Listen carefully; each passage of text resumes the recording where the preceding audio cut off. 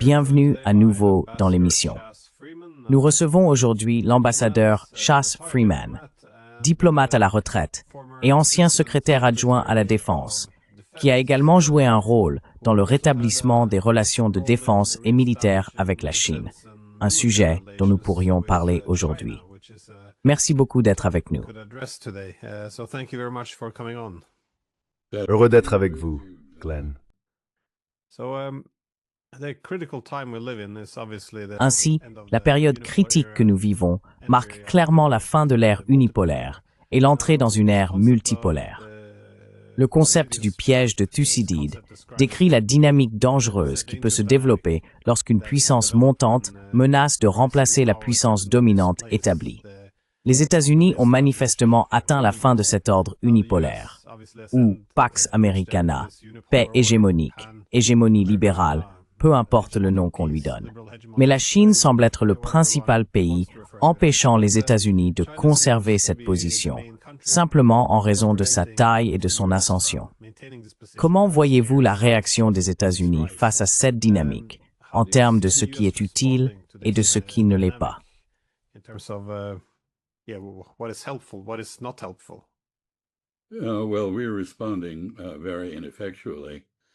Eh bien, nous réagissons de manière très inefficace.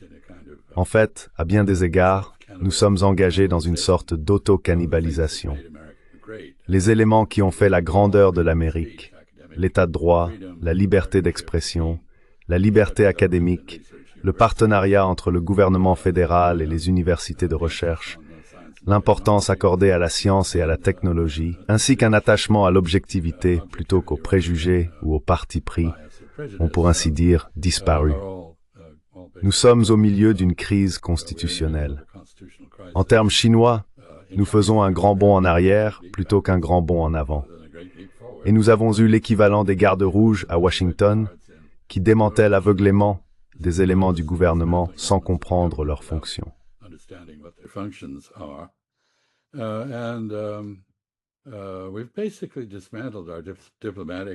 Nous avons essentiellement démantelé notre appareil diplomatique. Un sondage a été réalisé auprès de mes anciens collègues, je suis à la retraite depuis longtemps, mais il a montré qu'une personne sur 3 au sein du service diplomatique américain envisage de se retirer, de démissionner ou de prendre sa retraite. Le découragement est extrême.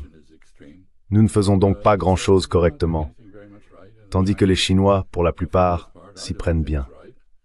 L'équilibre d'une sorte de mesure globale de la force et de la capacité nationale se déplace contre nous. Je n'aime pas, comme vous le savez probablement, le terme multipolaire, car un pôle est l'extrémité d'une ligne bidimensionnelle, et nous évoluons dans un environnement international bien plus complexe que cela.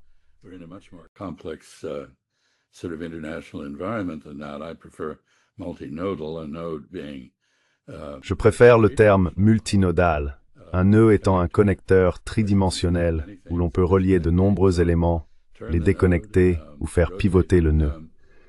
Je pense que nous entrons dans un monde où les pays peuvent entretenir des relations étroites dans un domaine, disons, économique, tout en étant en désaccord sur le plan politique. C'est certainement la réalité entre les États-Unis et la Chine en ce moment. Ou à l'inverse, ils peuvent avoir des relations politiques étroites et très peu d'interactions économiques. Nous pourrions même avoir une relation militairement hostile, comme c'est le cas avec la Chine, et pourtant, sur une autre dimension, celle de l'économie, un fort degré d'interdépendance.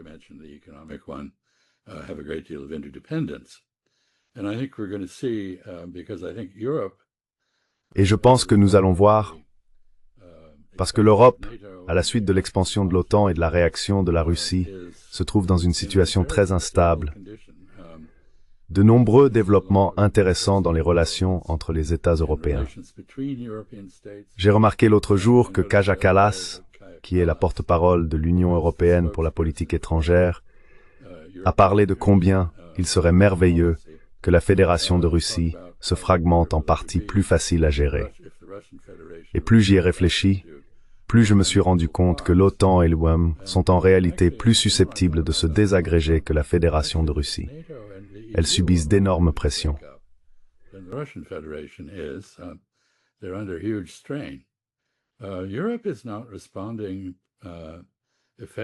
L'Europe ne réagit pas efficacement ni aux avancées russes en Ukraine, ni aux difficultés dans les relations transatlantiques, les menaces américaines de retrait d'Europe, le recul de certains aspects du soutien américain, mais elle ne réagit pas non plus efficacement au retour de la Chine à la richesse et à la puissance.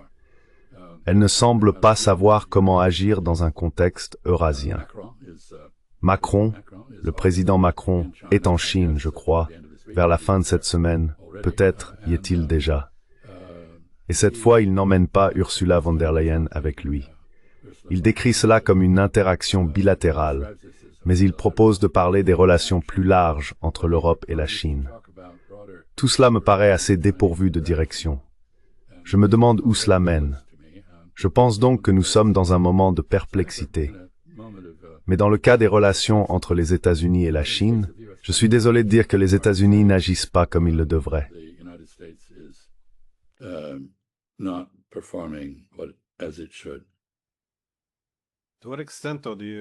Dans quelle mesure, selon vous, s'agit-il d'un manque de compréhension de la perspective historique de la Chine? Les États-Unis comprennent-ils bien cela ou interprètent-ils mal la Chine?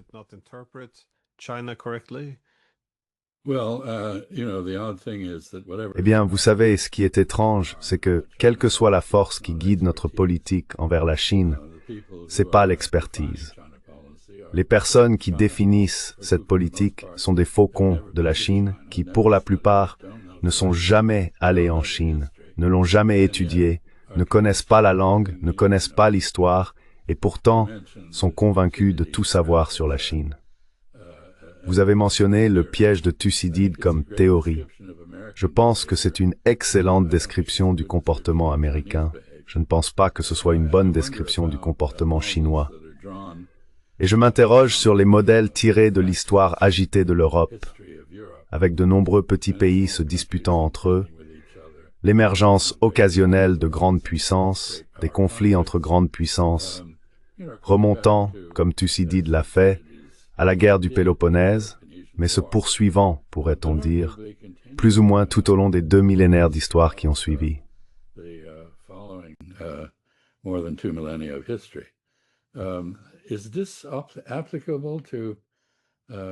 Est-ce que cela s'applique à d'autres cultures? Je peux en voir l'application en Inde qui ne s'est jamais unifiée. C'était un peu comme l'Europe, une extension du continent eurasien avec de multiples entités politiques se disputant entre elles, souvent de manière très violente. La Chine a connu cette expérience d'ailleurs un peu plus tôt, mais le premier empereur Qin a unifié la Chine. Et depuis, elle est restée, pour l'essentiel, un État civilisationnel unifié. L'Inde, elle, ne s'est vraiment unifiée que lorsque les Britanniques l'ont conquise. Et ensuite, bien sûr, elle s'est divisée en 3 parties, avec le Pakistan qui s'est séparé lors de la partition, puis le Bangladesh qui s'est séparé du Pakistan avec l'aide de l'Inde. Quoi qu'il en soit, je me demande pourquoi l'élément culturel est absent dans l'interprétation du piège de Thucydide, ou d'ailleurs du réalisme offensif de John Mearsheimer. Je pense que cela fonctionne dans certains contextes. Je ne suis pas convaincu que cela fonctionne dans d'autres.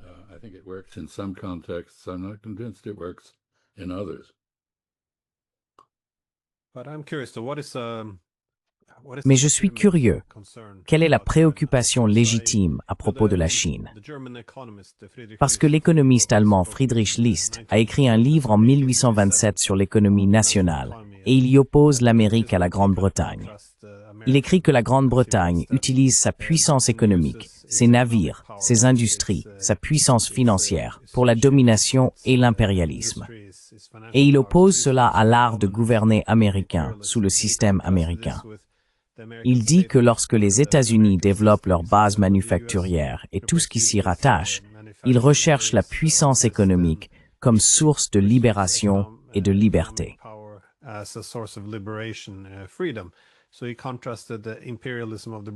Il a donc opposé l'impérialisme britannique à la manière dont les Américains ont utilisé leur diplomatie économique. Eh bien, comme vous l'avez également suggéré, les États-Unis semblent avoir endossé le rôle qu'occupait autrefois la Grande-Bretagne. Pendant ce temps, la Chine se présente désormais, vous savez, comme la nouvelle Amérique, en disant « commerçons tous ensemble, entendons-nous bien, il s'agit d'autonomie et de paix ». Mais je suppose que, oui, là où je veux en venir, c'est comment peut-on savoir que la Chine ne va pas, elle aussi, poursuivre sur cette voie, tout en utilisant toute cette diplomatie économique et en adoptant la rhétorique d'un jeu à somme positive. Comment savoir qu'elle ne va pas également suivre cette trajectoire et chercher à imposer une vision hégémonique?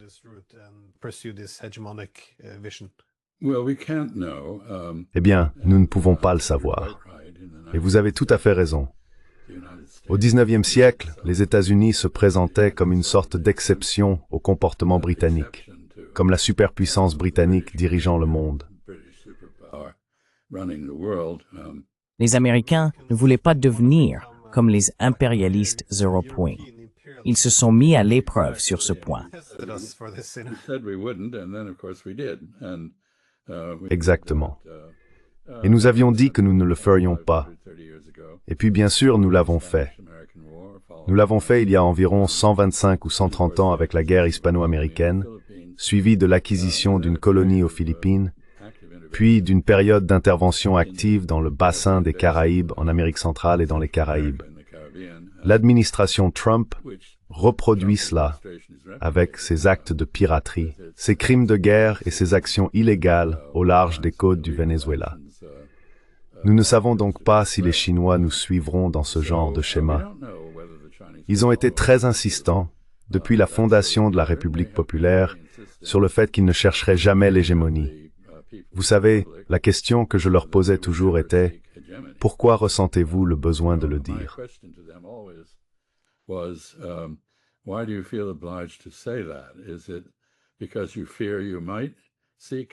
Est-ce parce que vous craignez de chercher l'hégémonie ou parce que vous pensez que vous le ferez et souhaitez le dissimuler jusqu'à ce que vous puissiez réellement y parvenir?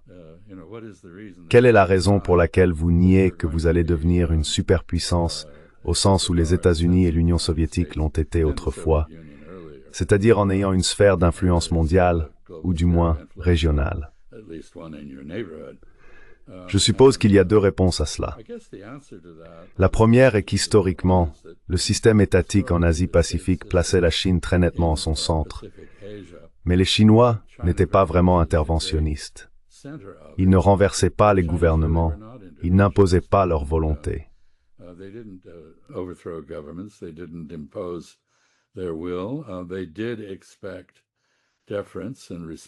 Ils s'attendaient à de la déférence et au respect de leurs intérêts, et ils les ont obtenus de la part des nations de la région.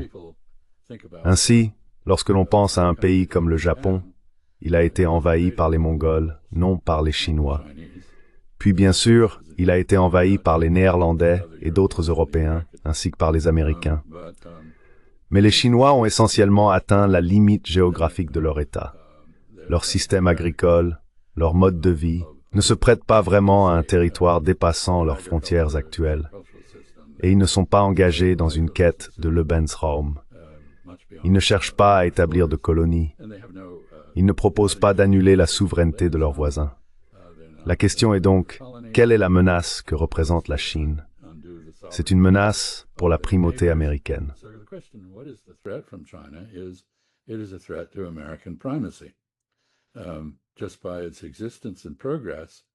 Rien que par son existence et ses progrès, puisqu'elle possède désormais une économie environ un tiers plus grande que celle des États-Unis en termes de parité de pouvoir d'achat, et qu'elle est la plus grande puissance commerciale de la planète, elle fixe le rythme de l'économie mondiale. Elle compte plus d'un quart des scientifiques, ingénieurs et mathématiciens du monde. Elle est désormais en tête dans de nombreux domaines de la science et de la technologie. L'Australian Strategic Policy Institute, qui suit ces évolutions, indique que la Chine est désormais en tête dans 57 des 64 catégories qu'il observe, les États-Unis en menant 5 et la Corée du Sud 2. L'Europe ne figure pas sur cette liste. Et c'est très significatif, car franchement, je pense que la politique européenne actuelle relève de l'étrange.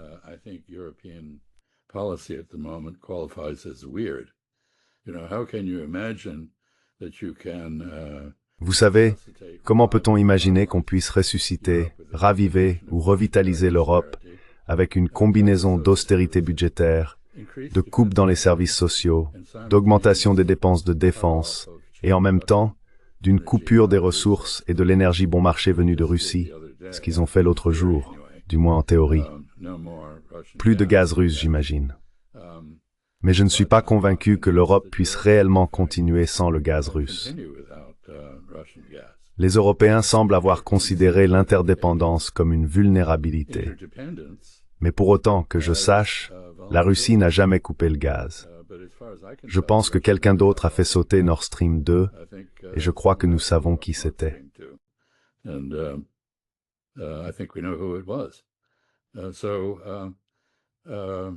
Donc, cela a été très bénéfique pour les États-Unis d'ailleurs, en termes de vente de gaz.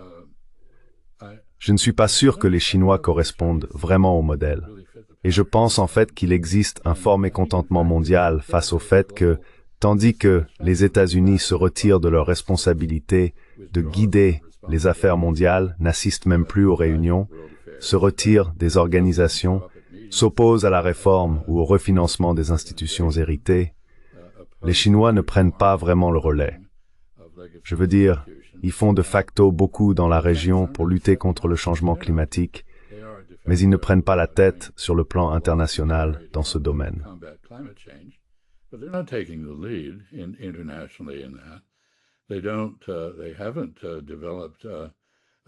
Ils n'ont pas mis au point de substitut au programme d'aide étrangère américaine disparu. Ils ne sont pas en tête en matière de non-prolifération. Ce sont des questions généralement considérées comme mondiales, sur lesquelles les États-Unis ont historiquement pris les devants. Personne ne dirige aujourd'hui, et les Chinois ne semblent pas vouloir assumer le fardeau du leadership. Donc les deux réponses sont les suivantes. Historiquement, ils ne s'inscrivaient pas dans ce schéma d'hégémonie affirmée. Ils étaient certes le primus inter pares dans leur région, et ils ne semblent montrer aucun signe de vouloir prendre les rênes aujourd'hui.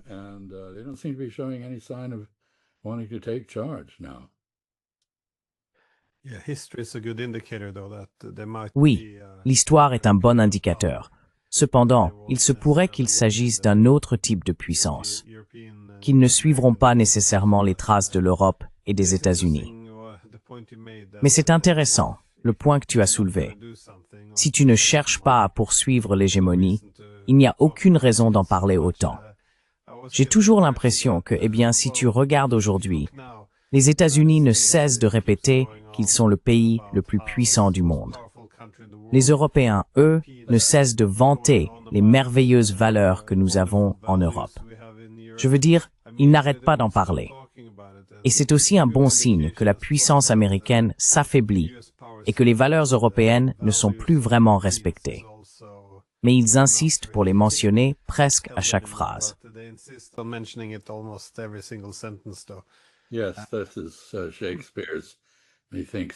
Oui, c'est du Shakespeare. Il proteste trop. Une sorte de vantardise très défensive.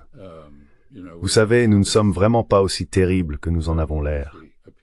Mais, comme je l'ai dit hier lors d'une conférence à Brown, à la question de savoir si les États-Unis cèdent l'avenir à la Chine, l'Europe est désormais l'homme malade de l'Eurasie. Et en ne s'affirmant pas, les Européens semblent déterminés à rester bien en deçà de la somme de leurs partis. Et je me demande combien de temps ces partis pourront rester unis. Imaginons par exemple que les avancées russes en Ukraine aboutissent à une victoire décisive pour la Russie, ce qui est tout à fait possible. L'Ukraine a perdu la guerre.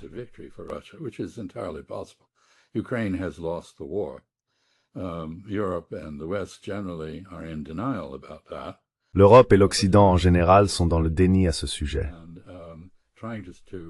Mais le déni n'est pas vraiment une stratégie. Faire semblant que la guerre peut se poursuivre avec succès, ce que fait essentiellement l'Europe, ne mène nulle part, comme nous venons de le voir avec les discussions Witkoff-Kouchner avec Vladimir Poutine à Moscou. Quelle que soit la proposition de paix que vous formulez, elle doit être fondée sur la réalité, non sur l'illusion. Eh bien, supposons que la Russie parvienne effectivement à vaincre l'OTAN de manière décisive, ouverte et indéniable. L'OTAN tiendra-t-elle? L'Union européenne tiendra-t-elle?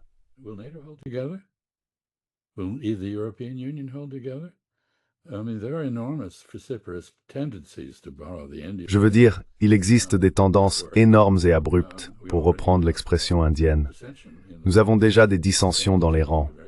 L'Espagne suit une voie très différente de celle de l'Allemagne. La Pologne en suit encore une autre.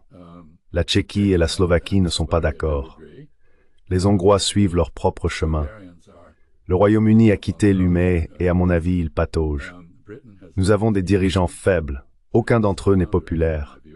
Une politique conflictuelle et un irréalisme à tous les niveaux.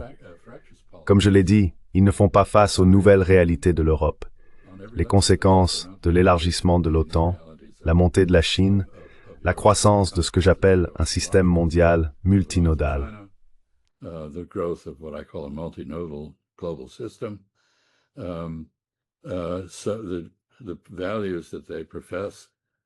Ainsi, les valeurs qu'ils proclament ne s'appliquent pas à l'Asie de l'Ouest, où ils tolèrent et soutiennent un génocide, tout en dénonçant la Russie pour une violence bien moindre en Ukraine.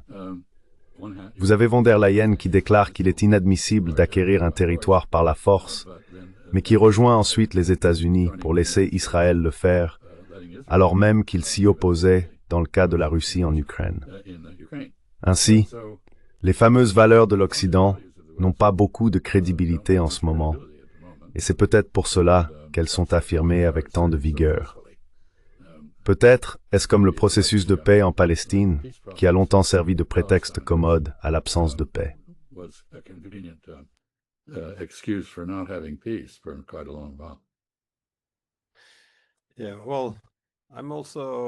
Oui, eh bien, moi aussi. Je ne vois pas non plus un avenir très prometteur pour l'OTAN. Son rôle changera inévitablement en fonction de la répartition du pouvoir. Pendant la guerre froide, lorsqu'il y avait deux pôles de puissance, elle avait une mission claire, la défense collective et la dissuasion de l'Union soviétique. Après la guerre froide, bien sûr, elle a eu besoin d'une nouvelle raison d'exister. Il semblait que la nouvelle mission était devenue l'hégémonie collective, afin de consolider l'ordre unipolaire, ce qui a aligné les intérêts des Européens et des Américains pendant encore 3 décennies. Mais dans un système multipolaire ou multinodal, avec de nombreux centres de pouvoir, il n'est pas clair pour moi quel sera le rôle de l'OTAN, car les États-Unis, dans un tel monde, ont de meilleures priorités que l'Europe et cherchent donc à se désengager.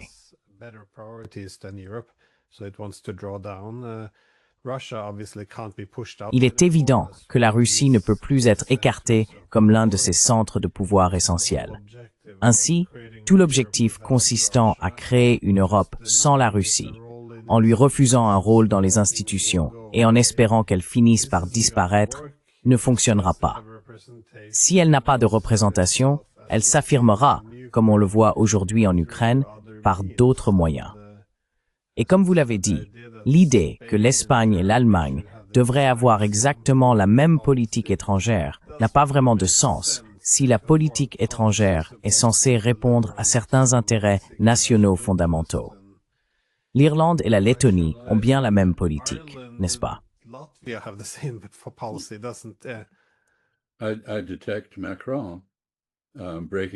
Je vois Macron sortir du cadre sur ce point, et je ne pense pas qu'il soit le seul. Réfléchissez un instant à la pression que subit l'OTAN. Son principal membre, les États-Unis, n'est plus fiable. Nous, les Américains, ne sommes plus dans le métier de protéger les autres. C'est censé être l'Amérique d'abord. Bien sûr, ce n'est pas vraiment le cas, car c'est Israël d'abord, en Asie occidentale. Mais Trump est allé à Busan, en Corée du Sud, et a rencontré Xi Jinping. Et les conclusions de cette rencontre étaient essentiellement que la Chine est l'égale des États-Unis. Trump semble reconnaître personnellement que les États-Unis ne peuvent pas surpasser la Chine, ni gagner une guerre contre elle.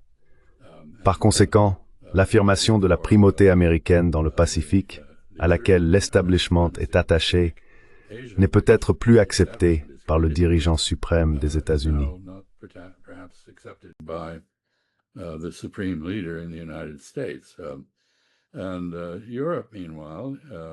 Et pendant ce temps, l'Europe s'est en quelque sorte retrouvée à porter le fardeau du problème ukrainien. Les Européens doivent en assumer le coût. Et certains Européens ont commencé à parler parfois de manière très agressive d'aller affronter la Russie, ce qui a conduit Vladimir Poutine à dire, en substance, « Si vous voulez faire cela, nous sommes prêts. Vous voulez une guerre, nous ne voulons pas de guerre. Mais si vous en voulez une, vous n'en sortirez pas très bien. » Ainsi, on observe des points de vue très différents sur la guerre en Ukraine, entre la population et les dirigeants, ce qui suggère que l'ensemble est assez fragile. On voit même des divergences exprimées ouvertement par des personnes comme Robert Fico et Viktor Orban, des positions très différentes. Alors, s'agit-il d'un cadre solide, capable de résister au choc d'une victoire russe en Ukraine, ce qui, à mon avis,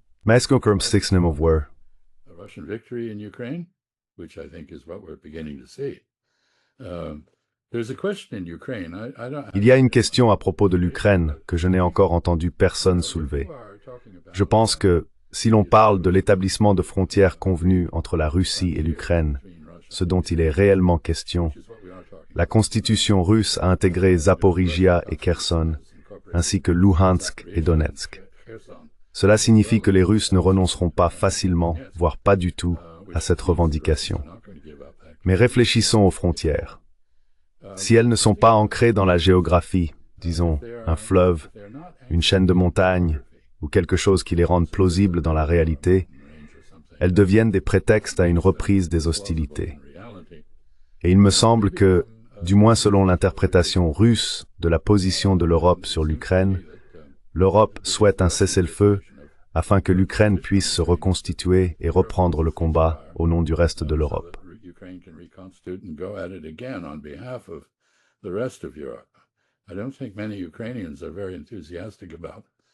Je ne pense pas que beaucoup d'Ukrainiens soient très enthousiastes à propos de cette perspective.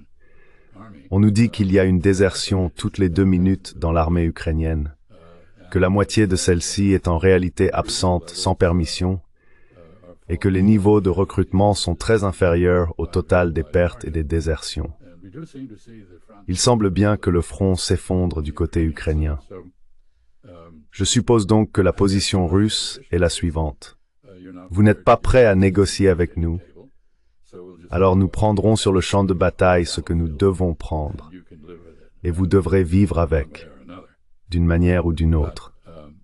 Mais nous pourrions nous retrouver avec une Europe dans un état de guerre froide entre une partie de l'Occident, mais pas tout l'Occident, et la Russie, avec une Ukraine considérablement réduite en taille et en influence, et toujours pas qualifiée pour rejoindre l'Union européenne en raison de l'absence de démocratie, du niveau élevé de corruption et de tous les autres problèmes que connaît l'Ukraine, sans parler des objections françaises et autres liées au potentiel agricole ukrainien.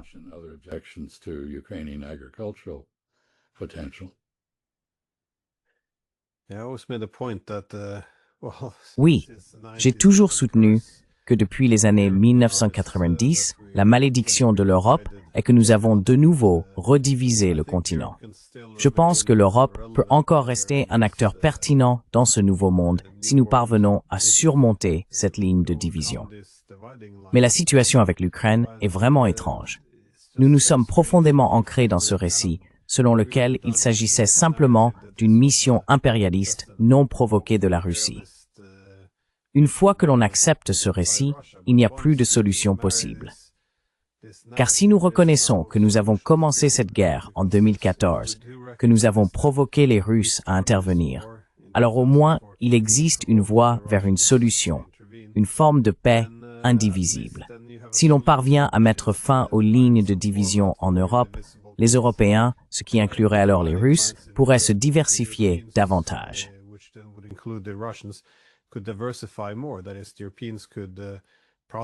Autrement dit, les Européens pourraient prospérer. La Russie ne serait pas non plus aussi dépendante de la Chine. C'est d'ailleurs un peu ce que les Américains souhaiteraient aussi. Donc, il semble très contre-productif d'emprunter cette voie. Mais j'ai remarqué que le seul discours acceptable en Europe consiste à affirmer qu'il ne faut pas remettre en cause l'Europe divisée. C'est gravé dans le marbre. Ils veulent simplement s'assurer que vous êtes de leur côté, que vous êtes dans les tranchées avec eux. Donc, si vous suggérez que nous ne devrions peut-être pas avoir cela, que la division de l'Europe elle-même constitue peut-être une menace pour la sécurité, alors ce n'est pas un commentaire loyal. Ce n'est pas quelque chose qu'ils accepteront. Et si vous n'êtes pas avec eux, vous êtes contre eux, en gros. C'est le sentiment. Ce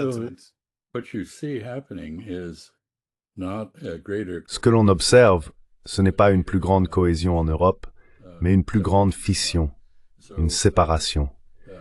Ainsi, l'Europe ne peut pas jouer le rôle qu'elle devrait jouer en tant que grande puissance géoéconomique ou géopolitique, à moins d'être capable de s'unir bien davantage qu'elle ne l'a fait jusqu'à présent. Et elle ne s'unit pas, nous voyons des divisions. Le Brexit en a été le signe avant-coureur. Mais nous voyons d'autres pays en désaccord avec la majorité et une incapacité à prendre des décisions rationnelles. Alors, couper l'Europe du gaz russe d'ici 2027, tout d'abord, c'est probablement impossible. Mais est-ce une bonne idée? Que va-t-il arriver à l'industrie européenne si les prix de l'énergie sont aussi élevés qu'ils risquent de l'être dans ces conditions? Et vaut-il mieux dépendre de l'Algérie que de la Russie? Franchement. Ou du Moyen-Orient? Je ne comprends pas le raisonnement stratégique, ce qui me conduit à penser qu'il n'y en a pas.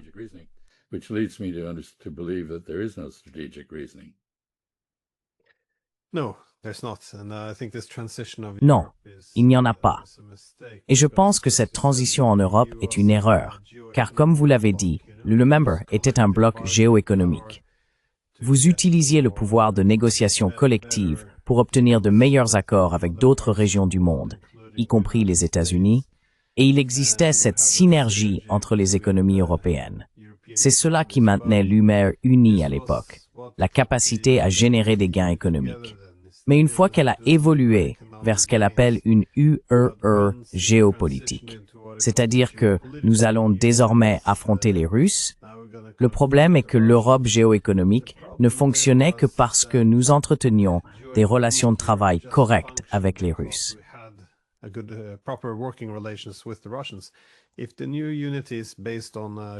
Si la nouvelle unité repose sur une haine commune de la Russie, alors nous ne pouvons pas avoir de prospérité économique.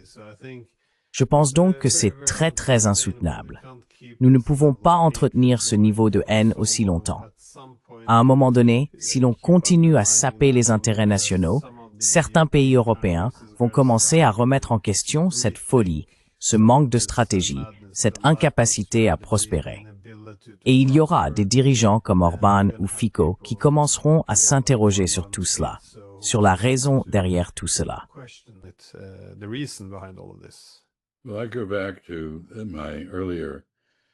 Eh bien, je reviens à mon point précédent. Comment une Europe qui s'appuie sur la russophobie pour s'unir réagit-elle à une victoire russe en Ukraine? Redouble-t-elle de russophobie? Ou bien les gens se disent-ils, attendez une minute, peut-être devons-nous vraiment réfléchir à la coexistence avec la Russie, avec l'Ukraine comme zone tampon et comme pont entre nous et les Russes. Quelle serait la réaction selon vous? Je ne vois pas comment le fait de s'appuyer sur la haine ou la peur de la Russie, qui, à la base, ne repose pas sur des preuves très solides, pourrait survivre à une victoire russe.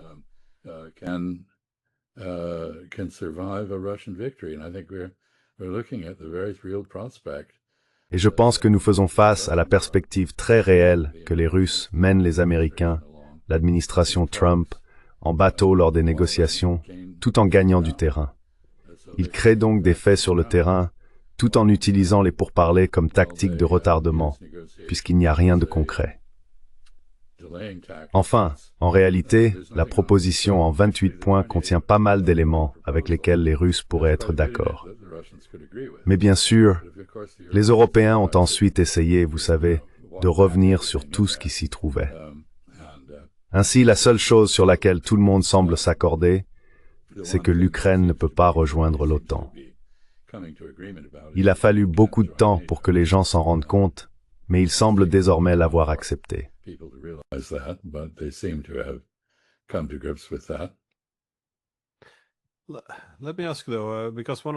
Permettez-moi de poser la question cependant, car l'un des problèmes, encore une fois avec l'Europe, c'est qu'en coupant l'Europe de la Russie, on a suivi l'approche historique britannique, plus tard reprise par les États-Unis, parce que cela empêchait un ensemble d'États de menacer potentiellement les États-Unis.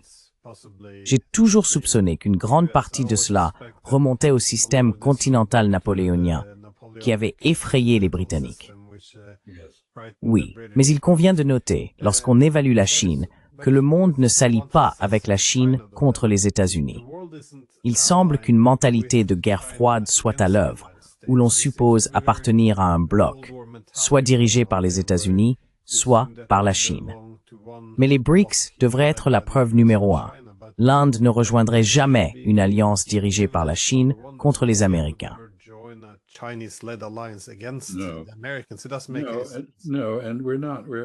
Cela n'a aucun sens. Non, et nous entrons dans un monde où les puissances de rang intermédiaire disposent d'une nouvelle liberté de manœuvre. C'est la nature du système multipolaire. Et je sais que les Chinois ne proposent pas d'exporter leur système ni même leurs idées. Leur idéologie est idiosyncratique et en réalité assez creuse, et ils ne prétendent pas qu'elle s'applique à quiconque d'autre. Ils semblent convaincus que, comme leur grand philosophe Mencius l'a soutenu, la manière d'exercer une influence à l'étranger consiste à donner le bon exemple, afin que les autres aient envie de venir apprendre de vous, de voir comment vous avez fait ce que vous avez fait, et de voir s'ils peuvent faire la même chose.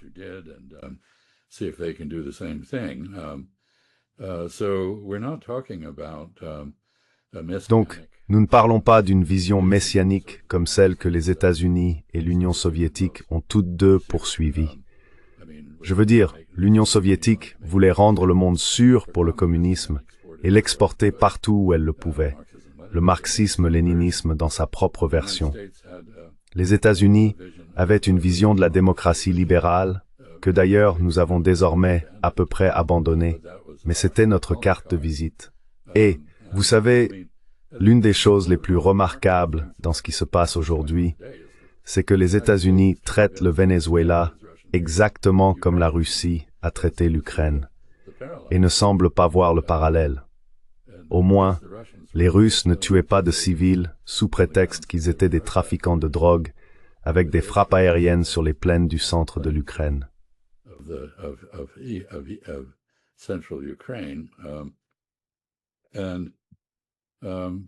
Et fondamentalement, je pense que ce que nous avons vu, c'est qu'Israël a été le pionnier de l'abandon des règles établies après la Seconde Guerre mondiale, la Charte des Nations Unies et le droit international, les conventions de Genève qui les soutenaient, et qui ne montre aucun respect pour la souveraineté de ses voisins.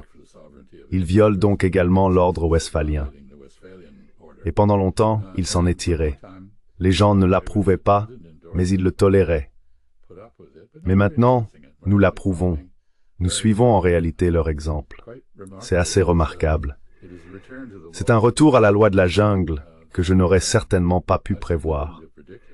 Je pensais avoir la vision transatlantique typique d'un progrès continu, et je ne comprenais pas qu'il pouvait aussi y avoir une régression, ce qui est le cas aujourd'hui.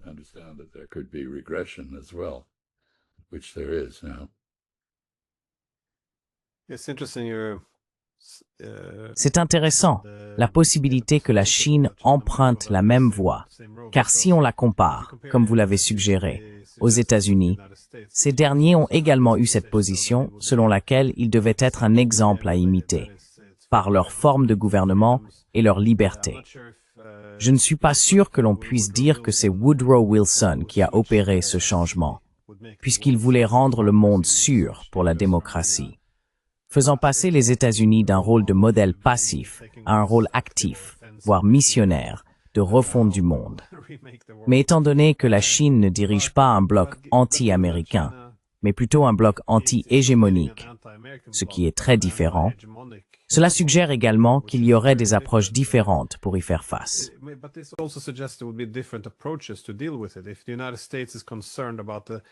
Si les États-Unis s'inquiètent de la concentration du pouvoir de la Chine au sein du système international, Il semble alors que la meilleure stratégie que les États-Unis pourraient adopter serait essentiellement de ne rien faire et de laisser un équilibre s'établir de lui-même.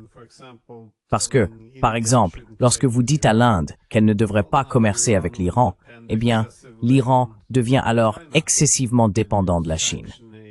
Lorsque vous sanctionnez l'Inde et lui dites qu'elle ne peut pas commercer avec les Russes, l'Inde doit alors se tourner vers la Chine. C'est la même chose que nous avons faite avec les Européens. Les couper des Russes, et la Russie se rapproche fortement de la Chine. Cela ne semble pas très logique.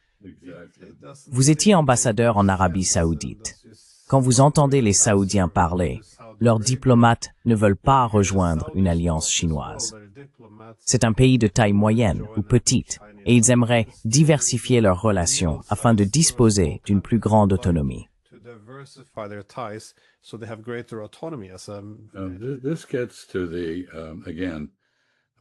Cela renvoie, encore une fois, à la nature multinodale du monde qui émerge.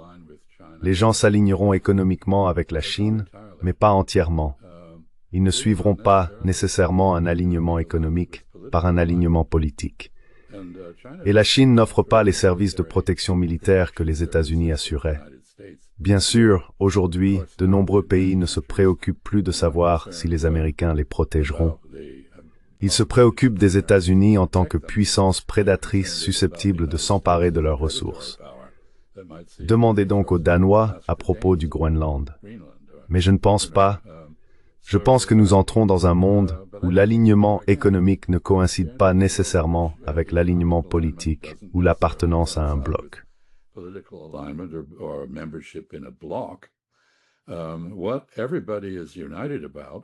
Ce sur quoi tout le monde est d'accord, ce sont deux choses, les Chinois et tous les autres. Essayons de restaurer le monde de la Pax Americana, mais sans les Américains. Nous aimions l'Organisation mondiale du commerce. Nous aimions le droit international en tant que régulateur prévisible du comportement international. Nous aimions la Charte des Nations Unies.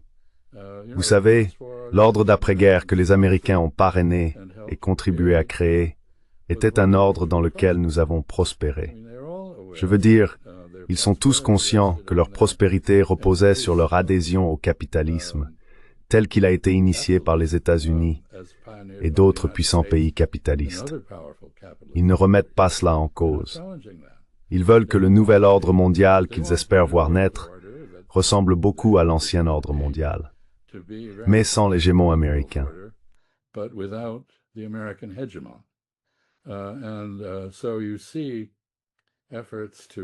Et donc, on voit des efforts pour restaurer l'OMC.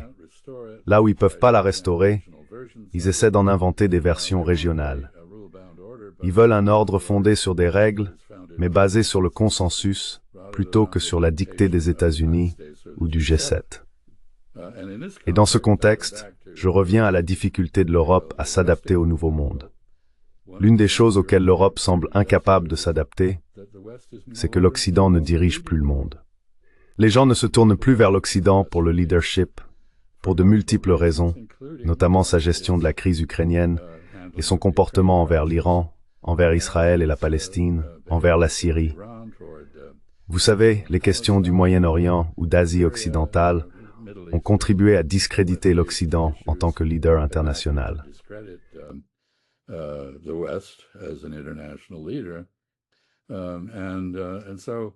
Et donc, nous ne nous adaptons pas à cela.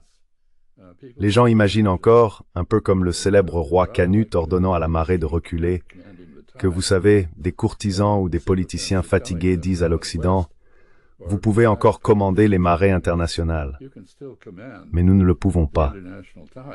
Nous allons donc devoir redécouvrir la diplomatie, ce qui signifie du travail acharné. Essayez de convaincre les autres de faire les choses à votre manière parce que c'est dans leur intérêt. Mais nous n'en sommes pas là. Et l'exemple le plus flagrant de cela est en fait le refus des Européens d'avoir ne serait-ce qu'un dialogue avec les Russes. Pourtant, ils en ont besoin. On ne peut pas résoudre des problèmes de nature politique, car en fin de compte, ils le sont, sans parler aux gens.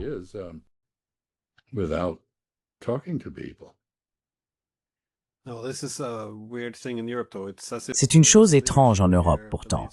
On dirait que les dirigeants ici croient que s'ils font suffisamment de démonstrations morales, le monde reconnaîtra qu'ils méritent l'hégémonie ou quelque chose de ce genre.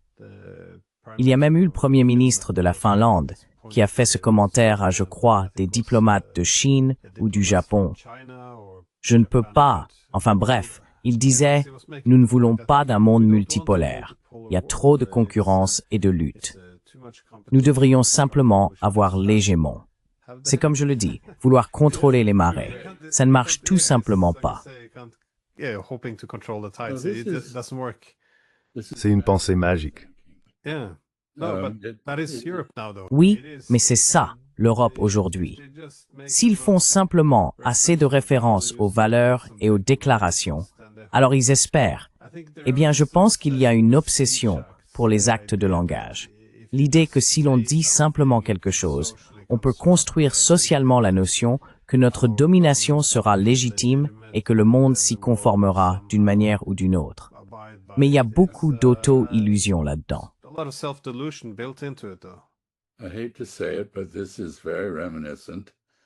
Je déteste le dire, mais cela rappelle beaucoup le monde arabe, qui a été à juste titre accusé de substituer la rhétorique à l'action, et qui le fait encore. C'est le signe d'une civilisation qui, sinon en déclin, du moins ne se régénère pas. Alors, eh bien, tout cela est bien trop déprimant, Glenn.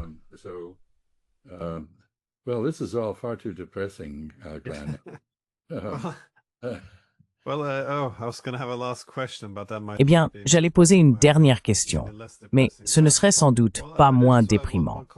J'ai simplement un dernier commentaire à propos de la création de cet ordre fondé sur des règles sans hégémon. Cela m'inquiète un peu, même si je suis très optimiste quant à l'émergence d'un monde multipolaire et multinodal. Mais en même temps, je reconnais que les seules périodes où nous avons développé des systèmes économiques internationaux très ouverts étaient sous l'hégémonie britannique au XIXe siècle et américaine au XXe. Nous allons donc naviguer en eau inconnue. Cela n'a encore jamais été fait. Je ne suis pas forcément pessimiste, mais je reconnais que certains des systèmes d'incitation qui existaient sous un hégémon n'existent pas nécessairement aujourd'hui.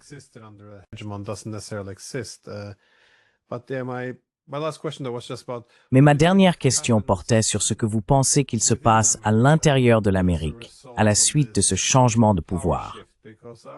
J'ai toujours soutenu que le nationalisme américain était unique à certains égards, car il était plus optimiste. Il ne faisait que progresser, de force en force. En Europe, les formes les plus virulentes de nationalisme ont tendance à se tourner vers le passé et à se demander « Quand étions-nous grands et qui nous a pris cette grandeur ?» Et cela engendre, ou peut engendrer, ce désir amer et vengeur de faire revenir le bon vieux temps. Alors, comment voyez-vous la situation aujourd'hui, avec les États-Unis qui semblent, pour la première fois, connaître un véritable déclin? Comment cela affecte-t-il la stratégie, l'idéologie, la gouvernance structurelle, la démocratie?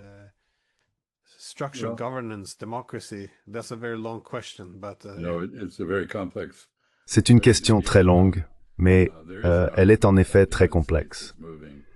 Certains avancent que les États-Unis se dirigent vers la désunion, c'est-à-dire qu'il existe plusieurs sous-cultures dans le pays.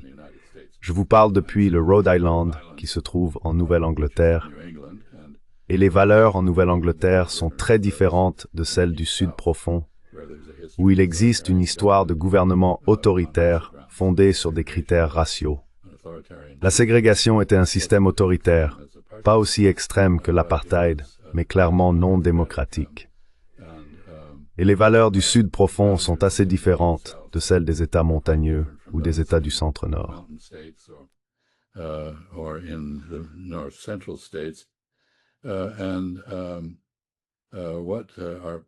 Ce que fait notre gouvernement actuel, c'est diviser terriblement les gens.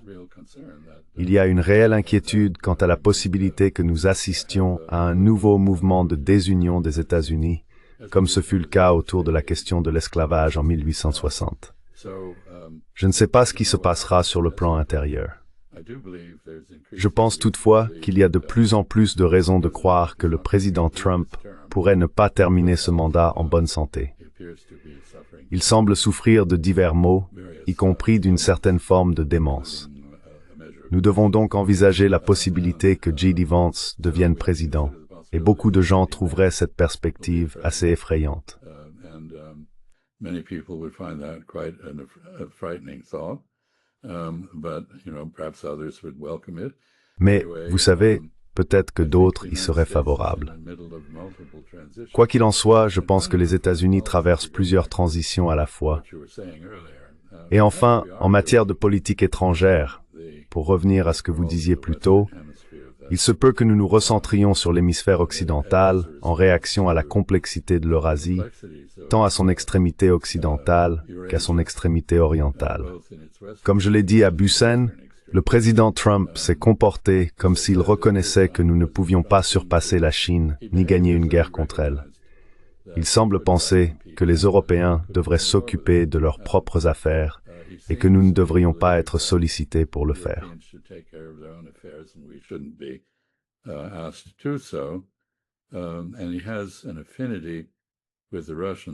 Et il a une affinité avec les Russes, ce qui est assez mystérieux quant à son origine, car je ne pense pas qu'il en sache beaucoup à leur sujet. Et il n'y a toujours pas de Trump Tower à Moscou, à ma connaissance.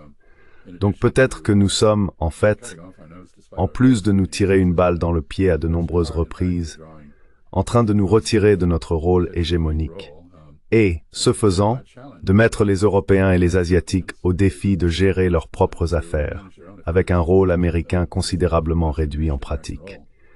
Je pense donc que notre incapacité intérieure conduit peut-être à notre incapacité à l'étranger. Pensée réjouissante, je suppose.